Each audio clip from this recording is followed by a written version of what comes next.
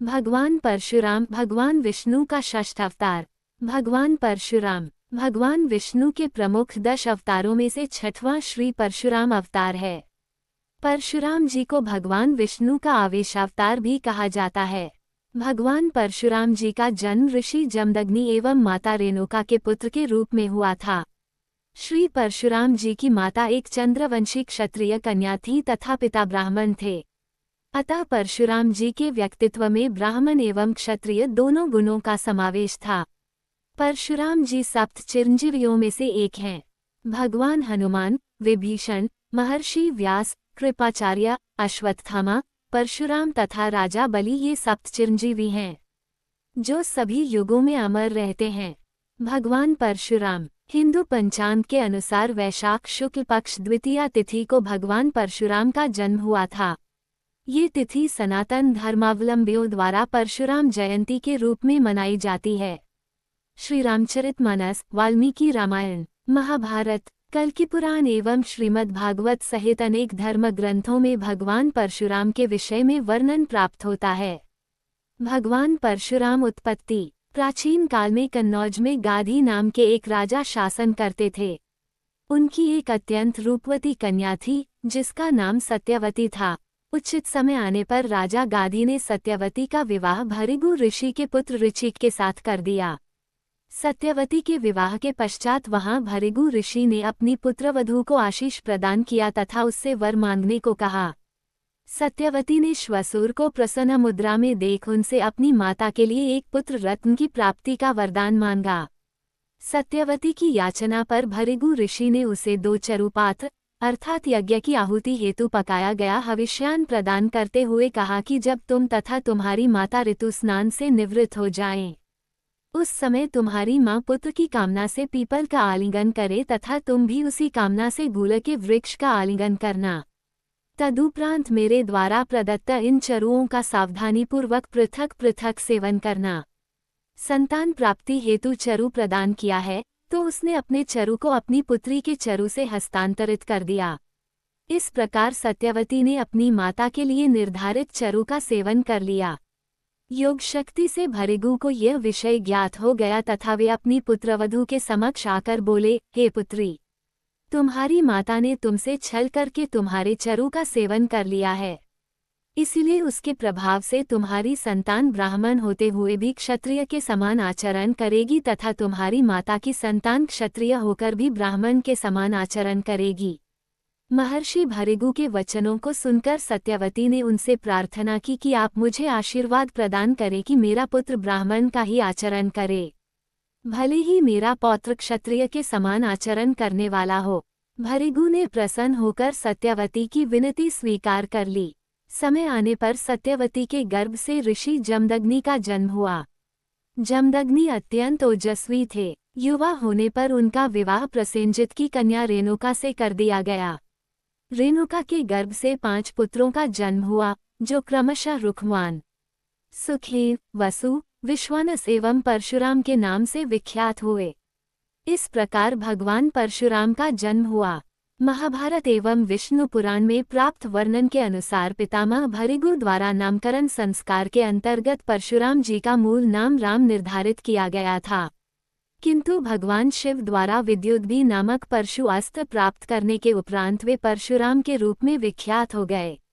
ऋषि जमदग्नि के पुत्र होने के कारण परशुराम जी जामदग्न्य के नाम से भी लोकप्रिय हुए। परशुराम जी ने अपनी आरंभिक शिक्षा महर्षि विश्वामित्र एवं ऋचिक ऋषि के आश्रम में ग्रहण की थी। परशुराम जी ने महर्षि ऋचिक से शौंग नामक दिव्य वैष्णव धनुष एवं ब्रह्मर्षि कश्यप से विधिवत अविनाशी वैष्णव मंत्र प्राप्त किया था। भगवान शिव ने परशुराम जी को भगवान श्री कृष्ण का त्रैलोक्य विजय कवच, स्तवराज स्तोत्र एवं मंत्र कल्पतरु प्रदान किया। तदुपरांत परशुराम जी ने चक्रतीर्थ में निवास कर घोर तपस्या की, जिससे प्रसन्न होकर भगवान विष्णु ने उन्हें त्रेता में रामावतार के समय तेजोहरण के उपरांत कल्पांत भूलोक पर चिरंजीवी होकर तपस्या करने का वर प्रदान किया। भगवान परशुराम शस्त्र विद्या में निपुण थे एवं शस्त्र विद्या के सर्वोच्च गुरु थे। उन्होंने भीष्म, द्रोण एवं कर्ण आदि को शस्त्र विद्या की शिक्षा प्रदान की थी। कर्ण ने वह ब्राह्मण है इस प्रकार झूठ बोलकर परशुराम जी से शस्त्र विद्या ग्रहण की थी। किंतु सत्य ज्ञात होने पर भगवान परशुराम ने कर्ण को ये श्राप दे दिया था कि जिस समय उसे इस विद्या की सर्वाधिक आवश्यकता होगी उसी समय यह विद्या विस्मृत हो जाएगी। भगवान परशुराम ने एकादश छंदयुक्त शिव पंचचत्वारिंशनाम स्तोत्रम की रचना की थी। परशुराम जी आजीवन एक पत्नी व्रत नियम का समर्थन करते थे। उन्होंने महर्षि अत्रि की पत्नी अनसुया, अगस्त्य ऋषि की पत्नी लोपामुद्रा तथा अपने प्रिय शिष्य अकृत्वन के सहयोग से एक विशाल नारी जागृति अभियान का नेतृत्व किया था। कल्कि पुराण में प्राप्त वर्णन के अनुसार जिस समय भगवान विष्णु कल्कि अवतार धारण करके भूलोक पर अवतरित होंगे उस समय परशुराम जी उनके गुरु के रूप में उन्हें शस्त्र विद्या प्रदान करेंगे।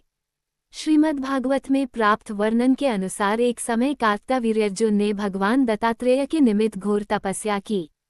कार्तवीर्यार्जुन की तपस्या से प्रसन्न होकर भगवान दत्तात्रेय ने उसे दर्शन दिए तथा इच्छित वर मांगने को कहा। कार्तवीर्यार्जुन ने भगवान दत्तात्रेय से एक सहस्र भुजाओं का वर मांगा तथा ये भी निवेदन किया कि युद्ध में उसे कोई पराजित न कर सके। भगवान दत्तात्रेय ने कार्तवीर्यार्जुन को सहस्र भुजाएं प्रदान कर दीं, जिसके पश्चात वह सहस्रार्जुन के नाम से विख्यात हुआ। एक समय दैवयोग से सहस्रार्जुन वन में आखेट करते हुए ऋषि जमदग्नि के आश्रम में पहुंच गया।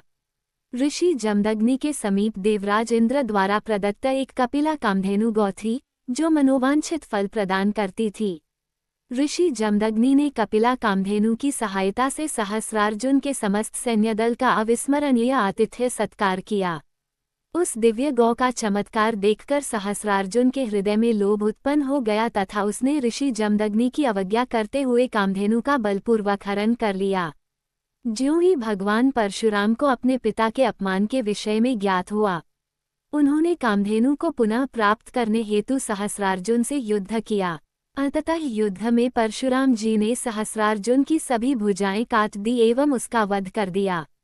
सहस्रार्जुन की मृत्यु के उपरांत उसके पुत्रों ने प्रतिशोध लेने का निश्चय किया तथा जिस समय परशुराम जी उपस्थित नहीं थे उस समय उनके पिता जमदग्नि को अकेले समाधि में लीन देखकर सहस्रार्जुन के पुत्रों ने उनकी हत्या कर दी।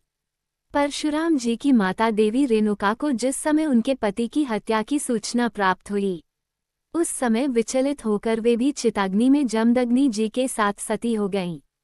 परशुराम जी जब लौटकर आए तो अपने माता पिता के विषय में ज्ञात होते ही अत्यंत कुपित हो उठे तथा उन्होंने प्रण किया कि मैं संसार के समस्त क्षत्रियों का नाश कर दूंगा।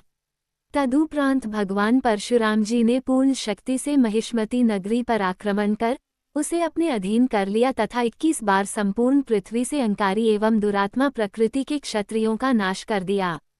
भगवान परशुराम ने पंचक क्षेत्र के 5 सरोवरों को वंशी क्षत्रियों के रुधिर से भर दिया तथा सहस्रार्जुन के पुत्रों के रक्त से अपने पिता का श्राद्ध किया। परशुराम जी का क्रोध शांत न होते देखा तथा महर्षि ऋचिक ने उन्हें दर्शन दिए तथा उनकी विनाशलीला को रोका। तत्पश्चात भगवान परशुराम जी ने अश्वमेध महायज्ञ किया तथा सप्तद्वीप युक्त पृथ्वी को महर्षि कश्यप को दान में दे दिया।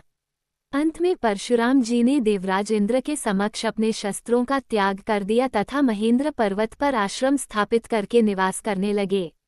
धर्म ग्रंथों के अनुसार श्री परशुराम जी अजर अमर हैं तथा वर्तमान में भी भूलोक पर तपस्या में लीन हैं।